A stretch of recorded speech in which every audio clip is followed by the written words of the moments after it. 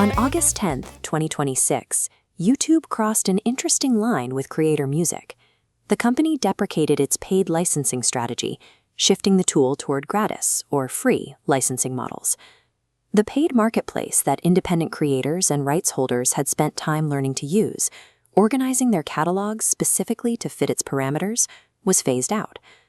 When a technology platform changes direction to meet its own business priorities, the workflows built inside that platform often break. This transition highlights the difference between having temporary access to an audience through a third-party interface and owning an independent business architecture. Independent artists often treat a finished mixed WAV file as a product ready for the marketplace. In a professional B2B environment, a raw audio file lacking metadata or rights clearance is functionally invisible to a music supervisor on a deadline. To function as a business asset, that file must be organized into a structured asset node. This node combines the audio file with verified rights data, semantic tags, and relationship tracking metrics.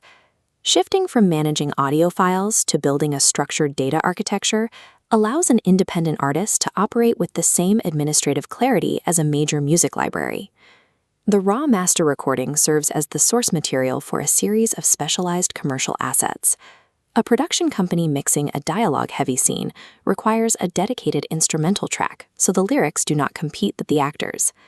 Television networks broadcasting daytime content require broadcast-safe, clean lyrical versions to comply with regulatory standards. Advertising agencies rely on exact 30-second and 60-second time-specific cuts to fit standardized commercial slots. Audio engineers use isolated stems to mix specific instruments around visual cues or sound effects. One recording session yields distinct formats that serve these specific technical needs. These versions function as separate B2B products, allowing the same song to earn revenue across multiple distinct markets.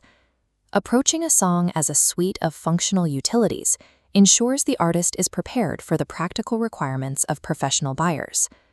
The U.S. Copyright Office enforces a legal division between the sound recording and the underlying musical composition. Possessing the master WAV file does not grant legal authority over the songwriting splits or the publishing rights. If a buyer has to track down multiple writers and publishers to clear a single use, the administrative friction often kills the deal. A viable asset node displays verified fields for master ownership, publisher details, writers, and ISRC mapping.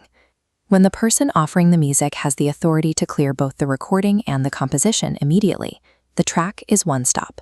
This removes the legal risk for music supervisors working on short timelines. Providing transparent rights data is a form of customer service that makes an independent artist easier to do business with. Traditional music databases restrict their indexing to artist name, track title, and genre. Creative buyers search for specific emotional intent, such as an acoustic instrumental that begins in tension and resolves into hope. AI can map these subjective human requests to the structured metadata within a catalog. The system interprets the intent behind a query and connects it to the mood and lyrical tags embedded inside the artist's catalog. In this model, AI categorizes existing human music based on the emotional and structural cues that buyers actually use in their search queries. A successful licensing placement can serve as the starting point for an ongoing professional connection. Podcasters, advertising agencies, and supervisors frequently require recurring music options for different productions. Tracking these interactions requires a customer relationship management system that records transaction history. The catalog node connects to the profiles of previous buyers, identifying which professionals are interacting with which assets. This history allows an artist to provide relevant updates to previous buyers when new, similar material becomes available. Organizing these relationships helps transform isolated sync placements into a repeatable business model. A viable licensing business does not require a sprawling catalog of hundreds of tracks. 5 carefully selected and properly prepared songs provide enough material to start building a professional reputation. When these 5 nodes include instrumentals, edits, and verified rights, they meet the same professional standards as a major licensing house. These 5 nodes contain the technical and legal information required to answer an inquiry, deliver the files, and clear the rights without a manual search for missing data. Platform-hosted systems often limit music licenses to a single video or a single website.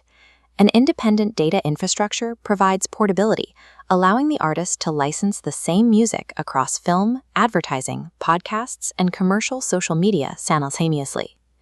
True artist ownership includes control over the rights, the transaction history, the metadata, and the business systems that house them. If a third-party platform changes its terms, the artist's business history and rights data remain intact and under their control. Algorithms help with discovery, and licensing captures the revenue, but only organized metadata secures the future of the business.